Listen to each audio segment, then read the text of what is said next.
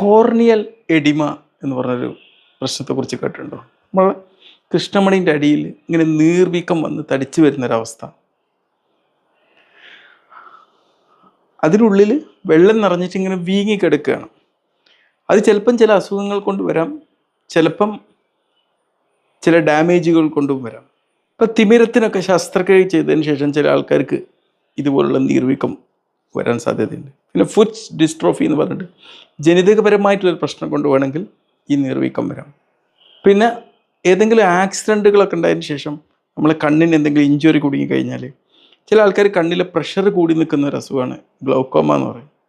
ഇതുകൊണ്ട് വേണമെങ്കിൽ ഈ ഒരു കോർണിയൽ എഡിമ വരാം.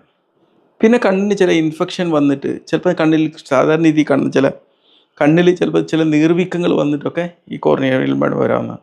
പിന്നെ കോണ്ടാക്ട് ലെൻസ് ഒക്കെ ഉപയോഗിക്കുന്ന ആൾക്കാർക്ക് ചിലപ്പം അത് ദീർഘകാലാടിസ്ഥാനത്തിൽ ഉപയോഗിച്ചിട്ട് അവിടെ കുറച്ച് തടിപ്പൊക്കെ ഉണ്ടായിട്ട് പിന്നെ വേണമെങ്കിൽ ഇങ്ങനെ ഒരു കോർണിയൽ എഡിമ വരാം.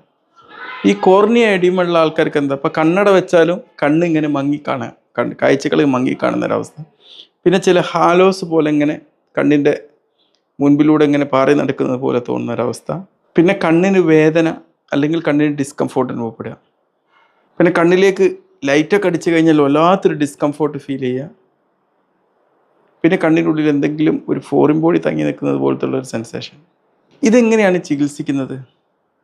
സാധാരണ ചെറിയ ചെറിയ നീർവീക്കൊക്കെ ഹൈപ്പർടോണിക് സലൈൻ സൊല്യൂഷൻ അല്ലെങ്കിൽ ഒരു ഓയിൻമെൻറ്റ് പുരട്ടിയിട്ട് ചികിത്സിക്കാവുന്നതാണ്. ഇതിന് കാരണമായ വസ്തുക്കളെ ചികിത്സിക്കേണ്ടതുണ്ട്. ഇപ്പോൾ ഒരു ഇൻഫെക്ഷനോ അല്ലെങ്കിൽ ഇൻഫ്ലമേഷനോ നീർവീക്കോ ആണെങ്കിൽ അതിനെ ട്രീറ്റ് ചെയ്യാം.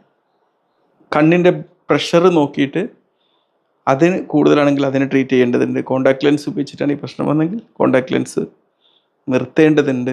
പിന്നെ അഡ്വാൻസ്ഡ് ആയ ഒരു ഘട്ടത്തിൽ കോർണിയൽ ട്രാൻസ്പ്ലാന്റേഷൻ ചെയ്യാമെന്ന് പറയും. ഇന്ന് അതിനൂതനമായിട്ടുള്ള ട്രാൻസ്പ്ലാന്റേഷൻ ടെക്നിക്കുകൾ അവൈലബിൾ ആണ്.